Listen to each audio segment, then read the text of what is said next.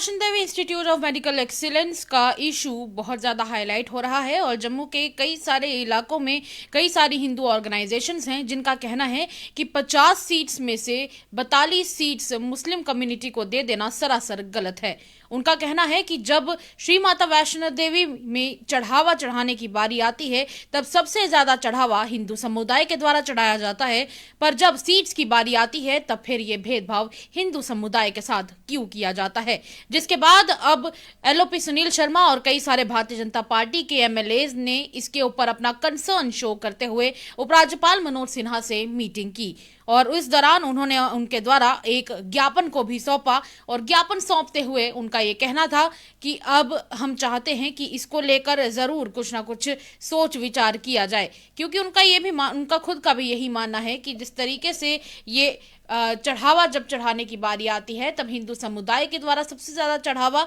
इस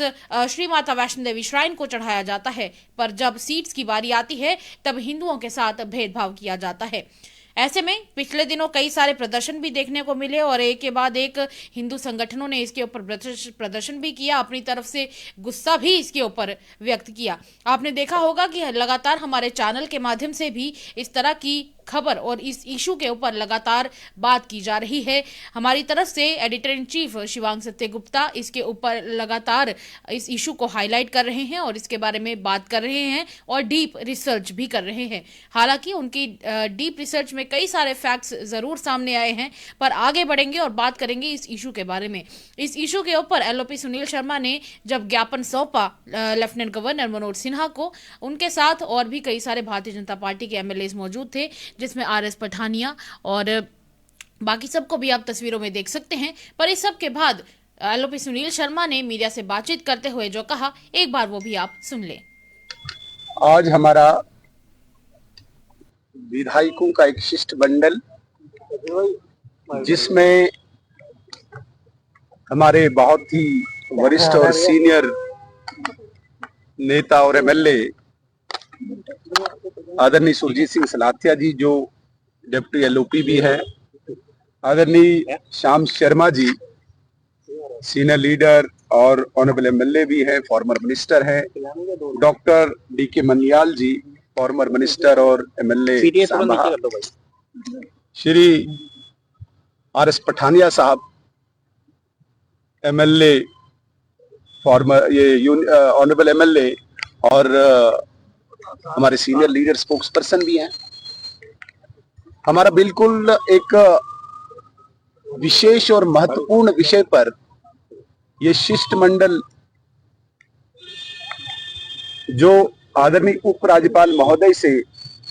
भेंट थी, वो विषय केवल और केवल माता वैष्णो देवी श्राइन बोर्ड से जो मेडिकल कॉलेज इस साल संचालित हो रहा है, जिसमें एक समुदाय विशेष से अधिकांश स्टूडेंट्स सिलेक्ट होके इस कॉलेज में एडमिशन के लिए आए हैं, उस पे हमारा विरोध था, क्योंकि यह स्थान शुद्ध रूप से धार्मिक स्थान है और इस धार्मिक स्थान के प्रति श्रद्धा, आस्था, निष्ठा करोड़ों देशवासियों की है और हर डिवोटी इस धार्मिक संस्थान के लिए जो डोनेशन करता है, उसकी एक इच्छा जरूर रहती है कि धार्मिक और सांस्कृतिक विस्तार के लिए ये डोनेशन लगे, ये पैसा लगे। लेकिन हमें इस बोर्ड और इस कॉलेज से विरोध इस बात का है कि जो एडमिशन हुई एमबीबीएस के लिए, उसमें आस्था का ध्यान नहीं रखा गया। इसलिए आज हमने उपराज्यपाल महोदय से भेंट करके स्पष्ट कर दिया कि जिन लोगों को माता वैष्णो देवी में आस्था है, वही लोगों की वहां पे एडमिशन हो। सनातन संस्कृति और धर्म के विस्तार के लिए जो अनेकों डिवोटीज डोनेशन करते हैं, उनकी भी यही इच्छा है कि केवल यहाँ पे माता वैष्णो देवी में आस्था रखने वाले स्टूडेंट्स को, बच्चों को ही वहां पे एडमिशन मिले। ये भेंट में हमने आदरणीय उपराज्यपाल महोदय को बताया। हालांकि आगे के लिए हो सकता है रूल्स को श्राइन बोर्ड या यूनिवर्सिटी मॉडिफाई करे, लेकिन इस साल की जो एडमिशन हुई है, ये भी किसी भी सूरत में यहाँ के जनता को, यहाँ के जनमानस को स्वीकार्य नहीं है। इसलिए फर्स्ट बेच में ही इसको एडमिशन के प्रोसेस को या रूल्स को, नियमों को बदलकर केवल और केवल माता वैष्णो देवी में आस्था रखने वाले उन्हीं बच्चों को वहां पे एडमिशन मिले, ताकि आध्यात्मिक मूल्य, जिन्हें हम डिवोशनल वैल्यूज कहते हैं, वो भी एस्टेब्लिश हो। सर, तो क्या माइनॉरिटी इंस्टीट्यूट को घोषित करने के लिए मांग की है आपने? नहीं, माइनॉरिटी नहीं, हम शुद्ध रूप से कहते हैं कि जिन लोगों को माता वैष्णो देवी में आस्था है, श्रद्धा है, निष्ठा है, वही लोग। माइनॉरिटी पे हम नहीं जाते हैं। केवल माता वैष्णो देवी का स्थान, जो एक आध्यात्मिक स्थान है, जिस स्थान के प्रति श्रद्धा और निष्ठा है, और वही लोगों को वहां पे एडमिशन मिलनी चाहिए जो आस्था रखते माता वैष्णो देवी। क्या आपने एडमिशन को कैंसिल करने की मांग की है? डेफिनेटली इसमें जो बच्चे आए हैं, उन बच्चों को हम ये कह रहे हैं कि वो स्वीकारी नहीं, क्योंकि वो अधिकांश जो है, मैक्सिमम जो है, वो एक विशेष समुदाय से हैं। इसलिए हमारा निवेदन रहा माननीय उपराज्यपाल महोदय से कि इसमें भी रूल्स को अमेंड करके यहाँ पे केवल वही बच्चे आए जिनकी आस्था माता वैष्णो देवी में हो। हमें पूरा आश्वासन मिला है, इस पे काम हो रहा है, इस पे एक्सरसाइज हो रही है,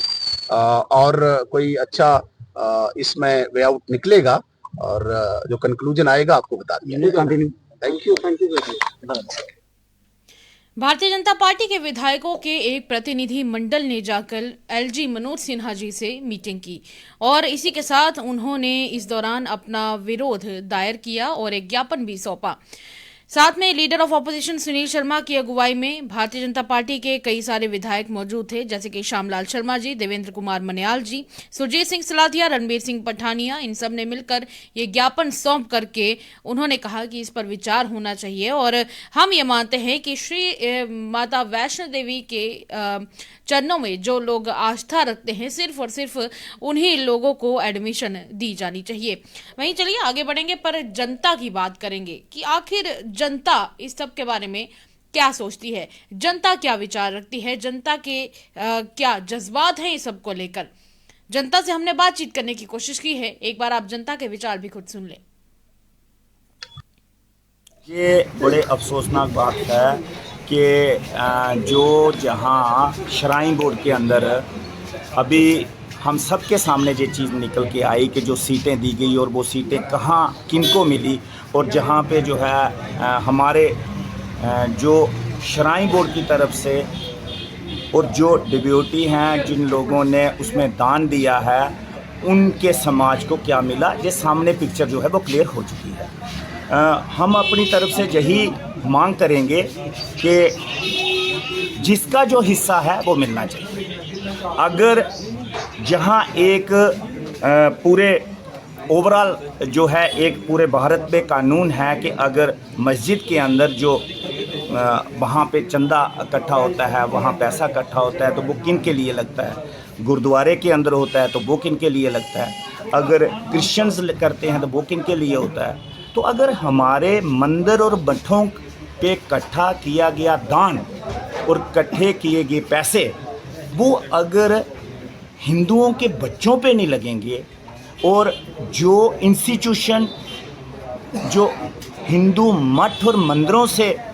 जो इंस्टीट्यूशन जो है वो बने हुए हैं उस पैसे की बुनियाद पे, अगर वहाँ पे हिंदुओं के बच्चों को जगह नहीं मिलेगी तो मुझे लगता है कि लख लानत है इस चीज़ की कि हम ये कहें कि सिर्फ हिंदू हिंदू हिंदू और हमारे बच्चे जो हैं वो खज्जलों,